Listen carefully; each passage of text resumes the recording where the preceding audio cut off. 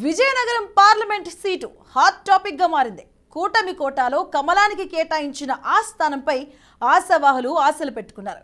ఓవైపు జీవీఎల్ రేసులో నేనున్నాను అంటే మాధవ్ సైతం నాకే టికెట్ వస్తుంది అంటున్నారు.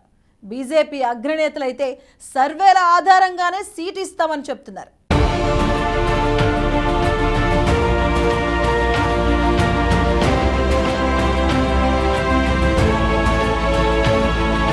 విజయనగరం జిల్లాలో జీవీఎల్ కి మంచి పేరు ఉంది. పార్లమెంట్లో తన వాణిని గట్టిగా వినిపించగల నాయకుడు. విజయనగరం పార్లమెంటులో జీవీఎల్ సామాజిక వర్గం వారు సుమారు 1,00,000కి పైగా ఓటర్లు ఉన్నారు.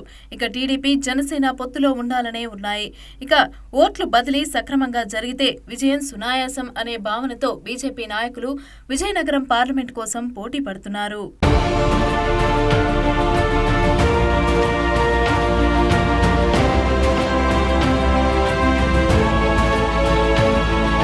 విజయనగరం కోసం జీవీఎల్, మాజీ ఎమ్మెల్సీ మాధవ్, రాష్ట్ర బీజేపీ కార్యదర్శి రెడ్డి పావని, అలాగే పాకాలపాటి సన్యాసిరాజు ఇలా చాలా మంది పోటీ పడుతున్నారు. పోటీ ఎక్కువ అవటంతో అధిష్టానం ఆలోచనలో పడింది.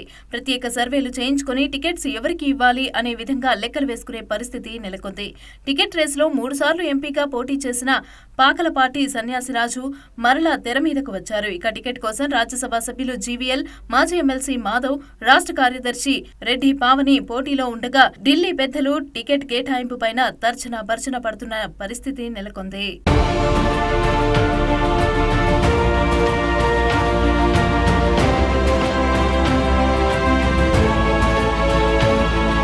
జీవీఎల్ కి ఇంకా రాజ్యసభ గడువు ఉన్న కారణంతో ఆయనకి టికెట్ దక్కదు. మాధవ్ కి కూడా అధిష్టానం నో చెప్పిందని తెలుస్తోంది. ఇక రెడ్డి పావనికి గత ఎన్నికలలో గజపతి నగరం అసెంబ్లీ టికెట్ కి కేటాయిస్తే ఆమె పోటీ చేయను అని చెప్పడం ఆమెకు ఇప్పుడు ఒక మైనస్. వారందరికంటే ఢిల్లీ పెద్దలు మాత్రం పాకలపాటి వైపే మొగ్గు చూపే అవకాశం ఎక్కువగా ఉంది. ఇక పార్టీ కోసం, పార్టీ అధికారంలో లేనప్పుడు పార్టీ జెండా మోసి పార్టీని నిలబెట్టిన నాయకుడిగా పేరున్న నాయకుడు. అలాగే సంఘ్ పరివార్ వద్ద ఆయనకి మంచి పేరున్న నేపథ్యంలో సంఘ్ పరివార్లో కూడా ఆయన పేరుని సమర్థించుతుంది. ఇక 2014లో విశాఖ ఎంపీ హరిబాబు ఎంపీగా గెలిచేందుకు విజయనగరం జిల్లా శృంగవరపుకోట అసెంబ్లీ పరిధిలో హరిబాబు తరపున ప్రచారం చేసి ఆయన గెలుపులో ముఖ్య పాత్ర పోషించారు.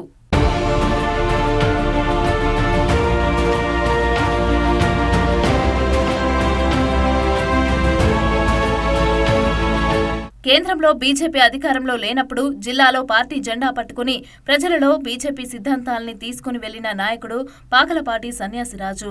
జిల్లా బీజేపీ అధ్యక్షులుగాను పార్టీ బలోపేతం కోసం కృషి చేశారు. బీజేపీ రాష్ట్ర కోశాధికారిగా 2019 ఎన్నికల ముందు పనిచేసి 2019లో విజయనగరం పార్లమెంట్ కి అభ్యర్థిగా పోటీ చేశారు. ఇక పాకలపాటికి ఢిల్లీ పెద్దల వద్ద నుంచి మంచి పేరు ఉంది.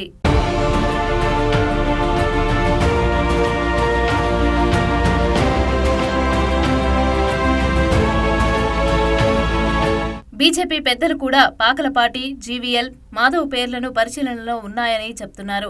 టికెట్ కేటాయింపు పైన అధిష్టానం పూర్తిగా సర్వేల ఆధారంగానే నిర్ణయం తీసుకుంటుందని, స్థానికంగా బలంగా ఉన్న నాయకుడినే బరిలోకి దింపుతామని తెలుస్తోంది.